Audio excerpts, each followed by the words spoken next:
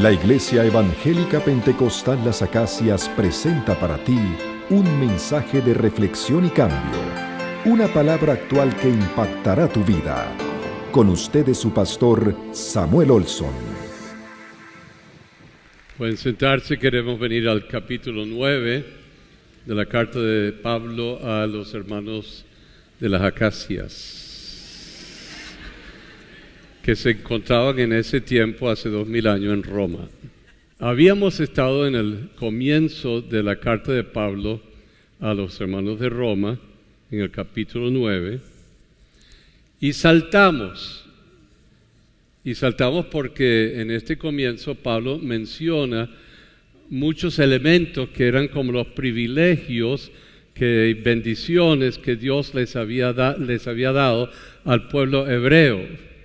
Y para refrescarlo o para entenderlo, nos fuimos para allá durante varios meses. Ya tocamos esos temas, aquí lo vamos a leer y se va a mencionar.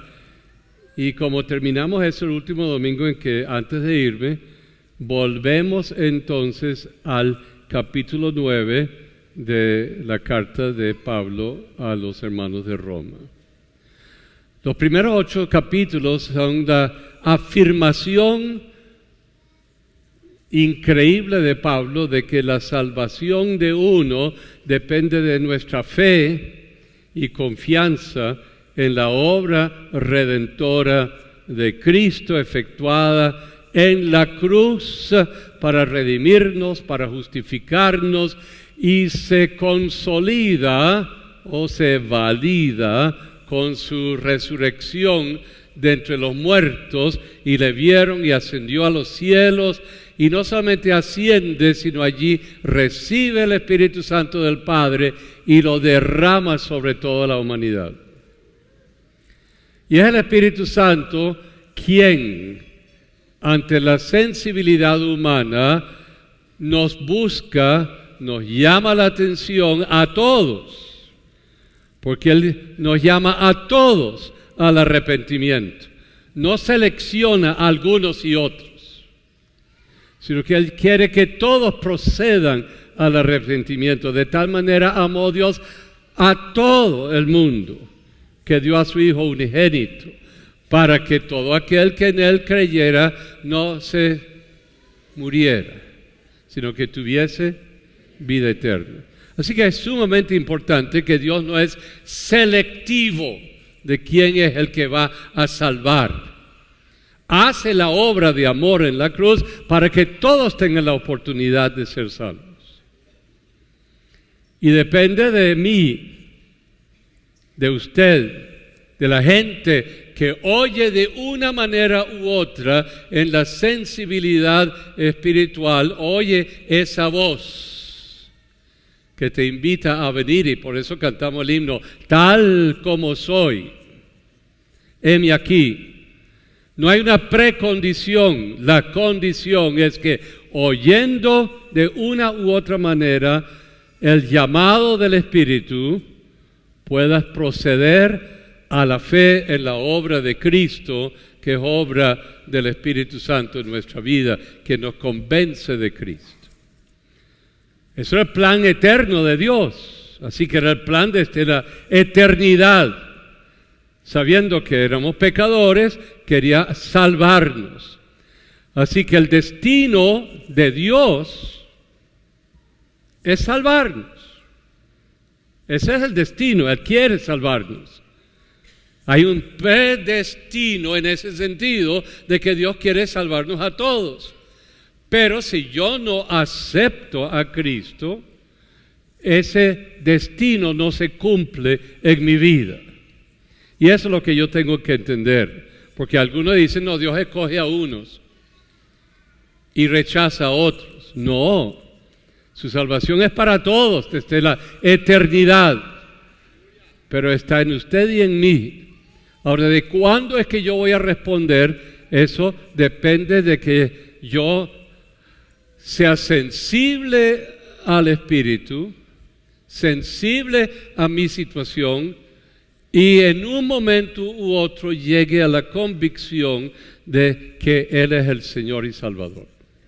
y decida rendirme ante Él. Porque hay algunos que llegan a la convicción pero no se rinden. Ya eso es otro problema. Así que no todos llegan al arrepentimiento, pero ya es una decisión de uno, de no llegar al arrepentimiento.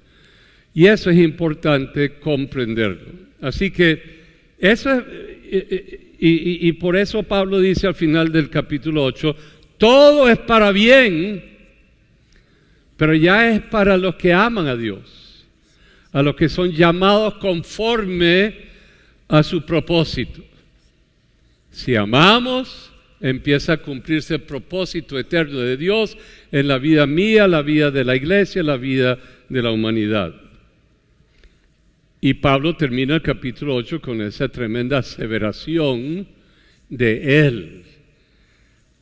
No hay nada ni nadie que me puede separar del amor de Dios. Y usted puede leer lo demás. Ni ángeles, ni principados, ni espadas, ni muertes, ni esto, ni el otro, ni el otro, ni el otro, nada. Porque hemos sido salvos y guardados y comprados a precio de sangre preciosa. Así que venimos rápidamente al comienzo del capítulo 9, los primeros 4 o 5 versículos los leemos en voz alta. Y aquí voy a galopar. Ok, vamos a mi manera, pero no vamos a galopar. Este es Pablo, acongojado, gimiendo, nos dice: yo estaría dispuesto a ser raído del libro de la vida y perder mi relación con Dios si se salvase mi gente de mi raza, de mi nacionalidad. Yo daría mi vida y la eternidad si yo pudiese lograr eso. Pero él no lo puede lograr, porque eso es la persona que tiene que responder. Y él estaba entristecido de que, usted sabe, usted tiene un hijo y usted le paga la escuela, lo viste, le hace, le da de comer, le da todo lo que usted le puede dar y él le hace.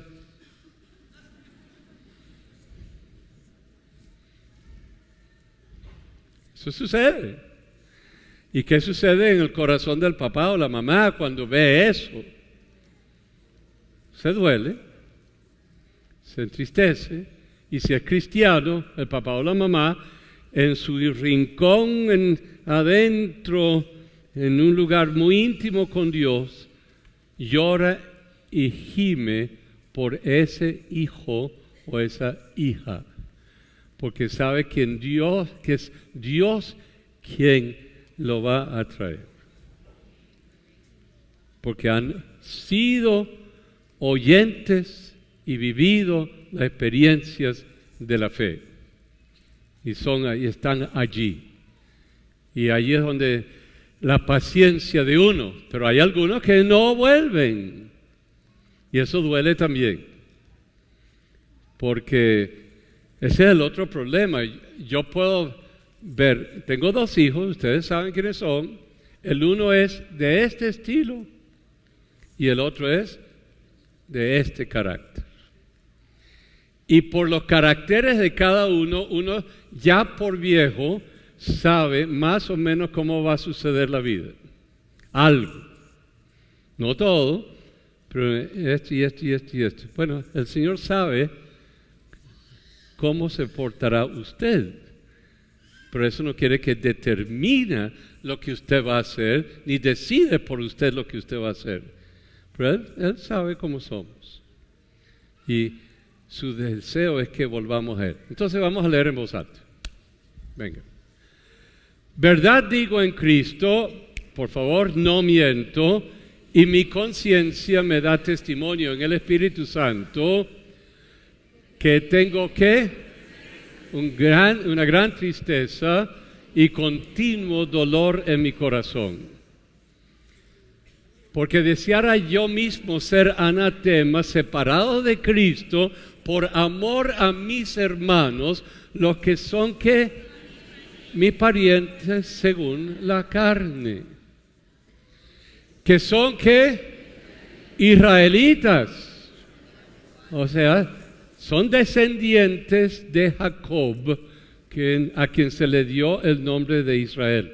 Eso lo voy a explicar. Y por eso israelitas. Son israelitas y de ellos fue ¿qué? La adopción, la gloria, el pacto, la promulgación de la ley, el culto y las promesas, y de quienes son ¿qué? Los patriarcas, y de los cuales, además de todo eso, se le presenta en carne viva ¿a quién? Cristo. Lo vieron, lo oyeron, sabían lo que había hecho, lo que había dicho. Este que es Dios sobre todas las cosas, bendito por los siglos. O sea que habían sido privilegiados en su historia de tener todas estas cosas. Es como que usted podría decir, hay los privilegios que hay en mi familia, o en mi ciudad, o en mi nación. Hay todos estos privilegios, pero no me importa. En este caso tengo privilegio de ser de la adopción, de los pactos de Noé, de Abraham, de Moisés, con David, con Jesús. Hay pactos. El culto increíble dentro del tabernáculo y el Antiguo Testamento, del templo de Salomón. Cultos y fiestas de todas clases celebrando la vida en Dios. Habían recibido la ley. ¿Se acuerdan los 10 mandamientos y todo lo demás? La Torá. Todas estas cosas eran parte de su vida. Increíble lo que habían recibido a través de un periodo de 1500 años. Sin embargo, los profetas le llamaban la atención, los patriarcas le llamaban la atención, toda esta gente le llamaba la atención, y la mayoría, no todos, la mayoría seguían su camino. Siempre había un remanente fiel que amaba a Dios, pero a la mayoría hacía su vida. Sí, vamos al templo, sí, tenemos esto, vamos a celebrar la fiesta, sí, vamos a ofrecer por el perdón de pecado esta cosa, pero simplemente cumplían. Eso es algo como: voy a la iglesia los domingos, el pastor sabe que yo voy, soy bautizado, tengo una Biblia, me porto bien. Y así uno podría hacer toda esa lista de cosas que hago como hombre o mujer de Dios. Pero quizás no tengo una relación con Cristo. Sé de Cristo, he oído de Cristo, el predicador, pastor, siempre está hablando de Cristo, pero no me llega nada. Ahí está. Tengo toda esta bendición. Tenemos Navidad, Semana Santa, Día de Pentecostés. Hermanos, bueno, tantas cosas que son parte de nuestro patrimonio cristiano. Vengamos ahora al próximo versículo. Aló, por favor. Llegamos hasta el versículo 4, ya lo leímos. ¿Ah? Ajá, y el 5 también. Vamos a leer el resto del 5. Ok, tenemos todas estas cosas. Pero, versículo 6. No que la palabra de Dios haya fallado. Todo eso está. No que Dios haya fallado. No es que Dios no haya sido fiel. No es que Dios no se haya presentado y revelado. No es que Dios, nada que ver. Pero, ¿qué dice? No, y ahora esta es la frase clave, no todos los que descienden de Israel son que israelitas. Ok, ya hemos llegado al comienzo de hoy. Israel, ¿de dónde viene esa palabra? Bueno, había un hombre que era un usurpador, un engañador, un mentiroso. Le quitó la primogenitura a su hermano Esaú y se fue corriendo y le tenía miedo a Esaú. Y allá hizo en el camino, dijo, Señor, si tú haces esto y esto y esto y esto y esto y esto y esto en mi vida, yo confiaré en el Dios de Abraham y de Isaac. Bueno, llegó a la tierra de Labán, estuvo 21 años, Dios le bendijo, Dios le dio de todo, y cuando ya estaba volviendo en Betel, tiene una noche en que se encuentra en esos momentos determinantes de la vida, el encuentro con Dios. No lo que había oído de Abraham, sino su encuentro con Dios, con el ángel de Jehová. Y pelea y lucha y lucha y lucha y lucha con él. Y sabe que ese momento para él era determinante en cuanto a su futuro. Y el ángel ya se quería ir. Y Jacob le dice, no te suelto, si no me ¿qué? Bendices. Llega el momento en la vida de todos nosotros en que por fin decimos, me rindo, bendíceme, creo en ti. Allí comienza la vida de fe de Jacobo. Cuando eso ocurre en la vida de Jacobo, el ángel le dice, a partir de hoy, tu nombre no será usurpador, engañador, falso, tu nombre será Israel, que simplemente significa hijo de Dios. A partir de hoy, la gente te conocerá como un hijo de Dios, porque has creído, te has confiado, te has rendido. Ha habido ese momento marcador en la vida que ha significado una transformación a partir de esa mañana en la vida de Jacob. Tremendo. Y para que a eso no se le olvidase, porque usted sabe, a uno se le olvidan las cosas, el ángel le dice, ahora te doy en la cadera para que tengas que cojear el resto de tu vida. Y no te voy a sanar, porque quiero que te recuerdes que tuvimos esta lucha y ahora te reconozco como un príncipe de la fe. Has confiado en mí, pero no quiero que se te olvide. Por eso Dios algunas veces nos da unos toques muy particulares para que no se nos olvide.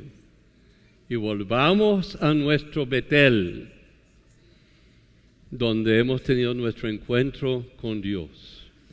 Aquí empieza la vida de fe de Jacob, pero ya no es Jacob, desde este hijo de Dios. Y por eso, volvamos al versículo, por favor, creo que es el 6, porque la palabra de Dios no ha fallado. No todos los que descienden biológicamente de Israel, el Hijo de Dios, son de verdad que hijos de Dios, israelitas. Tienen el título. No todos los venezolanos son venezolanos. ¿Me entienden lo que estoy diciendo? ¿Me entendieron lo que yo acabo de decir?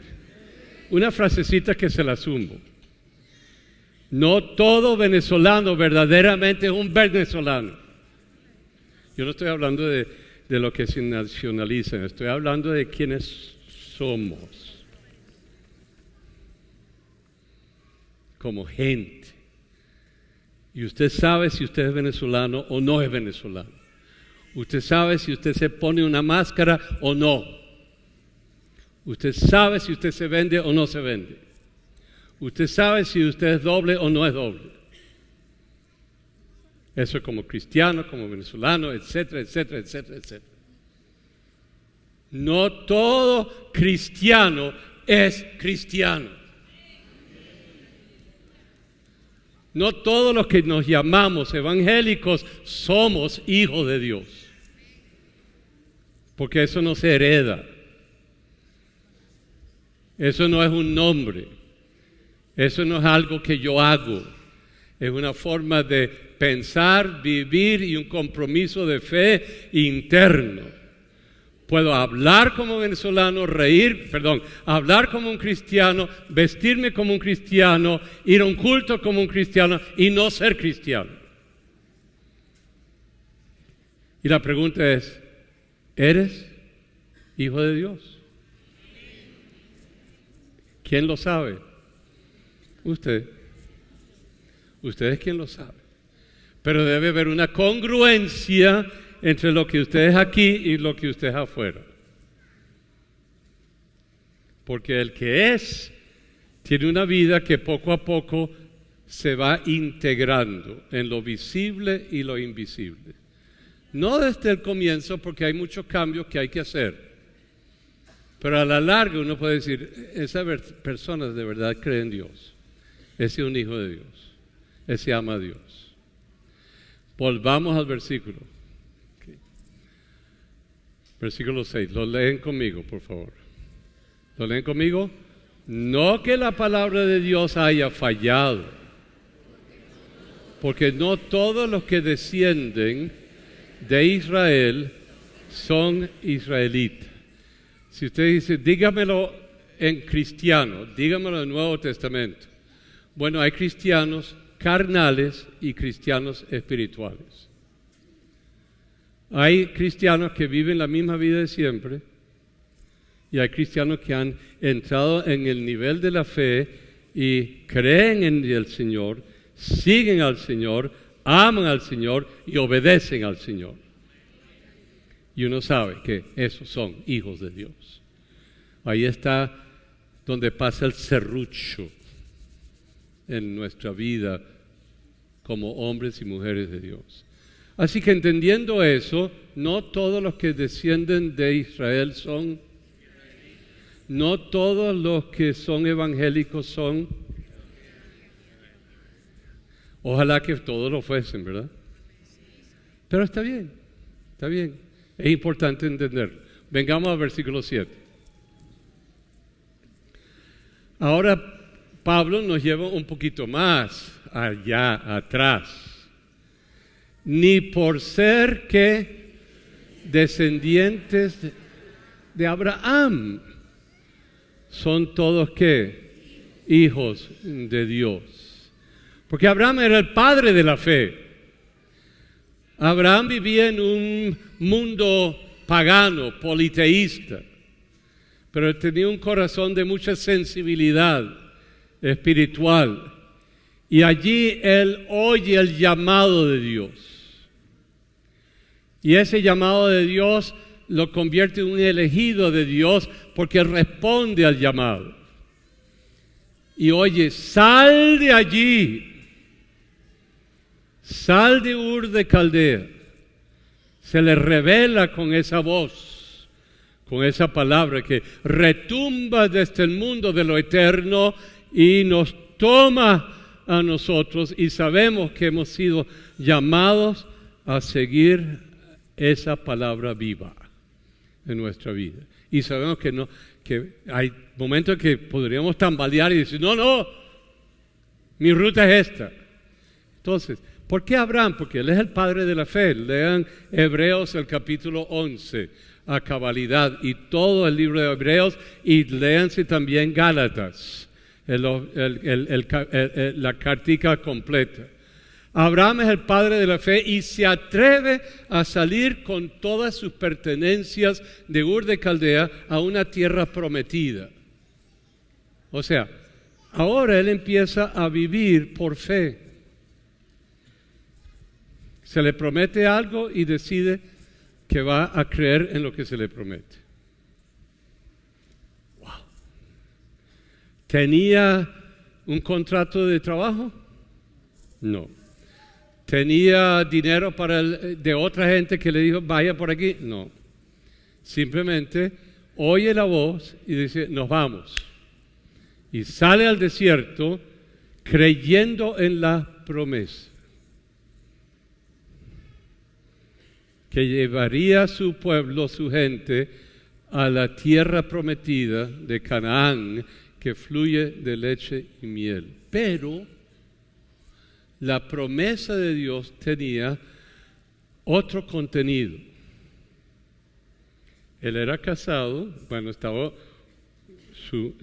Sara era su mujer, vamos a decirle la legal, y habían las concubinas, porque eso era permisible en su tiempo.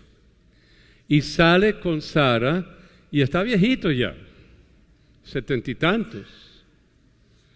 Y Sara también estaba ancianita, pero no tenían ¿qué? Hijos. Pero Dios le dice, en ti serán llamadas y formadas las naciones de toda la tierra. Y tu descendencia será como las estrellas de los cielos y como la arena del mar. Y Abraham se encuentra dice, yo no entiendo. Entiendo lo que me está diciendo, pero ahora, esta es parte de la cosa de Dios, ¿no? La parte de Dios es que en algunos momentos de la vida, Dios nos da una promesa. Y sabemos que esa voz es de Dios. Algunos momentos de la vida. En este caso, sin hijos, sale al desierto hacia Canaán con una promesa. Haré que tu descendencia sea como ¿qué? La estrella de los cielos, la arena del mar.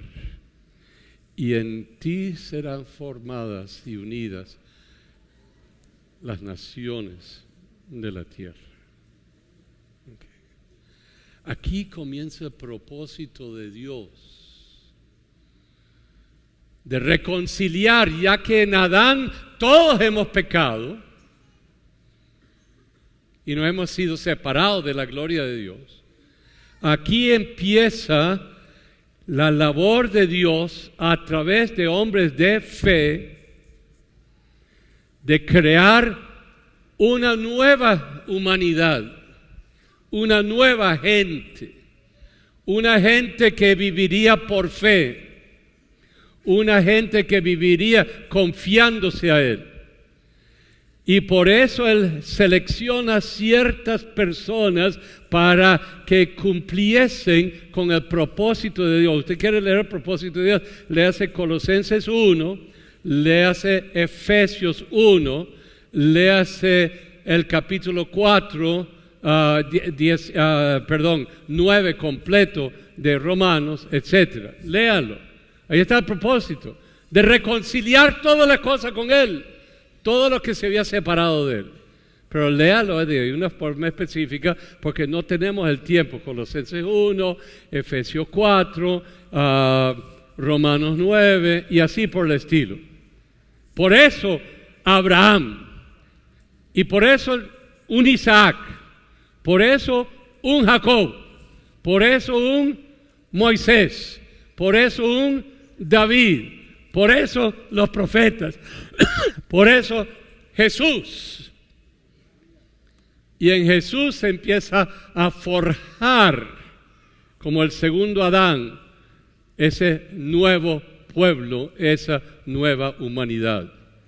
Y usted viene a ser parte a través de estos años de ese cuerpo de gente, esa humanidad, ese pueblo único en su manera de ser, con valores únicos, con fe única, con una dirección única, con una presencia única del Espíritu Santo, y que lleva a ese día, que no es una fantasía, porque creemos en su promesa. Lo que Él promete, Él lo cumple. Y es sumamente importante que ese es uno de los detalles de este capítulo 9 que usted necesita forjar. Yo sé que ya lo sabe, pero lo que Él le pueda prometer a usted o lo que nos puede prometer en la palabra, Él lo cumple. Puede ser que te pida cosas inverosímiles. Sal de Ur y haré que tu gente y tu descendencia sea así. Pero ¿cómo? No te importa. Sal, cree. ¿Quién se burló? Sara. Cuando Ángel le dice, ella va a tener un bebé y ya tenía 80 y tantos años. Y Abraham, no, ella tenía un poquito menos y Abraham tenía 80 y pico. Y Abraham lo cree, pero ella se ríe. Pero sucedió. Pero en el interín, por su desconfianza y su incredulidad, trata de ayudar a Dios. Y le pone la concubina Agar a su lado para que ella le diese un hijo a Abraham. Y nació Ismael. Después ella tiene celos porque yo no sé qué pasó entre Ismael y su hijito Isaac. ¡Bótala de la casa! Usted sabe cómo son las mujeres. Ella no puede estar aquí. Okay. La bota. Y Abraham dice, no, ese es mi hijo. Jehová dice, tranquilo, que se vaya, yo voy a estar con ella. Él es tu descendencia biológica, pero él va a ser el padre de naciones también. Y yo lo voy a bendecir y le voy a dar todo, porque tú eres su padre. Y de ahí vienen los edomitas, los de Edom. Allí viene Herodes Idumeo, quien confrontó a Jesús, o Jesús lo confrontó a él. ¿Quién era descendiente de quién? De Abraham.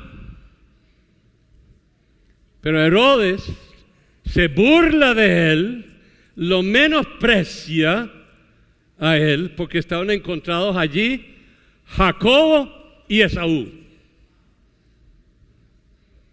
Pero a través de 2000 años se vuelven a encontrar Jacob y Esaú en Jesús y Herodes. Usted sabe, el mundo da muchas vueltas. Y los propósitos de Dios se cumplen. Las razones de ser de Dios se cumplen. Así que usted tiene que tener eso siempre en mente cuando usted actúa y cuando habla y dice y toma decisiones a la larga. Se va a encontrar con los resultados de lo que usted hace y dice, etcétera, etcétera. Ok, entonces volvemos. Salté. Ok. Vas a ser. Entonces se encuentran con Ismael, pero según la carne.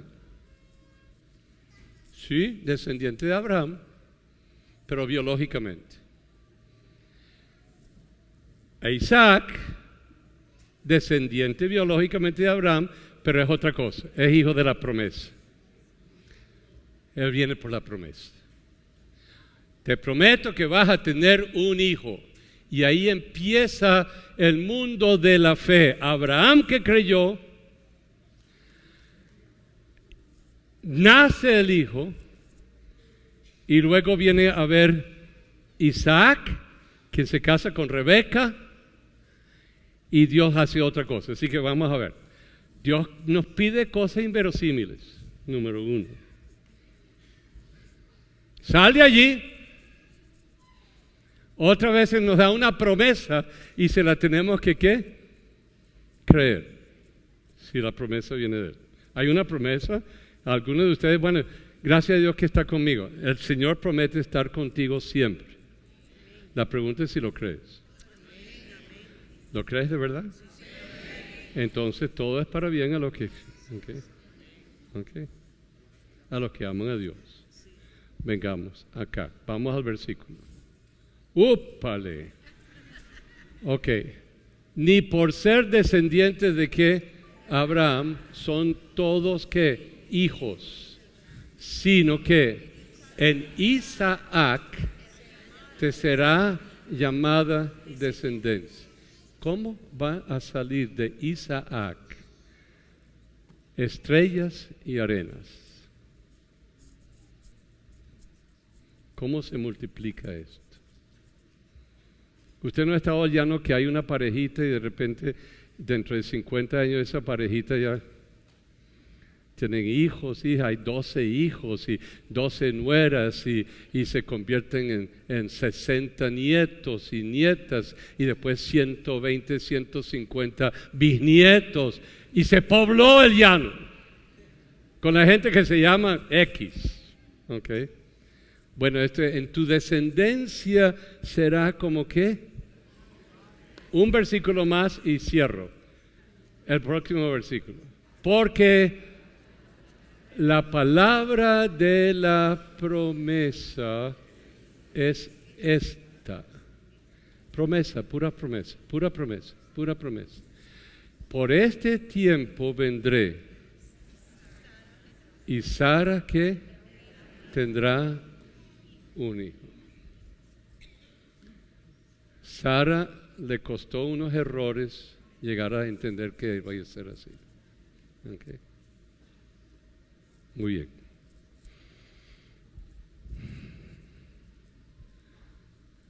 El Señor hace cosas y nos da ciertas promesas. Hay alguna gente que juega con eso de las promesas. Predicadores, por ejemplo. Todo el mundo aquí se va a sanar en esta noche. ¿Eso es verdad? No, eso no es bíblico. No hay ninguna promesa de esa clase en la Biblia. ¿Quisiéramos? Claro. ¿Pero todos se sanan? No, entonces tenemos que ser realistas con eso. No hay una palabra de eso. Ahora, ¿debemos orar por los enfermos? Sí, y Dios sana a algunos, según su soberana voluntad. Allí hoy, o mañana, o pasado, o nunca. ¿Y eso quiere decir que Dios ha fallado? No, Dios no ha fallado, porque Él nos prometió eso. Al único que Dios le sanó todo era cuando Jesús estaba allí, pero era Dios que estaba sanando a los enfermos. Entonces necesitamos caminar con las verdaderas promesas de la palabra. Le prometió que en Sara serían bendecidas todas las naciones de la tierra, sí. Que serían como las estrellas, sí. Que serían como la arena, sí. Esa promesa Él la cumplió. Fue el mensaje de la palabra de Dios expuesto por el pastor Samuel Olson de la Iglesia Evangélica Pentecostal Las Acacias. Si deseas adquirir este material, puedes llamar al teléfono 213-7031.